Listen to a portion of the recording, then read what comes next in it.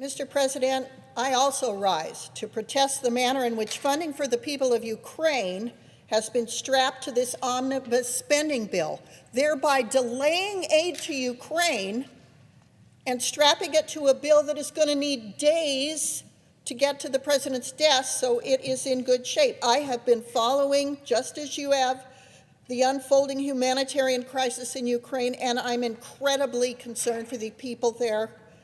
The women and children who've been murdered in the streets by Vladimir Putin's bombs, the housing complexes that have been destroyed, the maternity hospital that was bombed just yesterday, all from unprovoked Russian aggression. We want to help these people. The people of Wyoming, who I represent, want to help these people. Because of this, I was particularly appalled at the decision by congressional Democrats to include Ukraine aid funding in the massive government funding omnibus bill that we're starting to consider. We could get this Ukraine money on its way today. We could get it to the President's desk today. Most of us agree. I think it would be unanimous to send the money to Ukraine.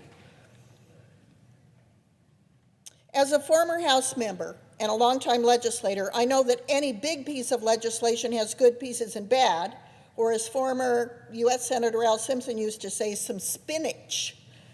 But this is a cynical approach to legislating. It forces members of Congress to make an unnecessary choice. Choose between helping Ukraine people and further indebting our own constituents. It's a cynical ploy. And it's cynical because of what's in the rest of the bill, the Omnibus Spending Bill. At a time when the United States is over $30 trillion in debt, instead of taking a serious look at our budget, we're piling on. We're increasing non-defense discretionary spending by 7%, even though inflation this year is more than 7%. We're still. The omnibus continues to fund President Biden's vaccine mandates, even after the President himself called for a return to normal. This bill also contains anti-Second Amendment provisions that threaten the rights of law-abiding citizens in Wyoming. Finally, after banning the practice for years, this omnibus contains around $10 billion in earmarks for pet projects around the country. Here's the book of earmarks. Look how thick this is. It's printed on both sides in about 4-point font. You almost have to have a looking glass to see what's in here.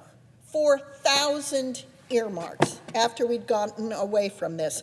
I'm sympathetic to the argument that earmarks are a more direct way of addressing problems around the country, but historically they've been abused as a way for leadership to whip votes on bad legislation and a way to fund unnecessary pet projects to curry favor back home.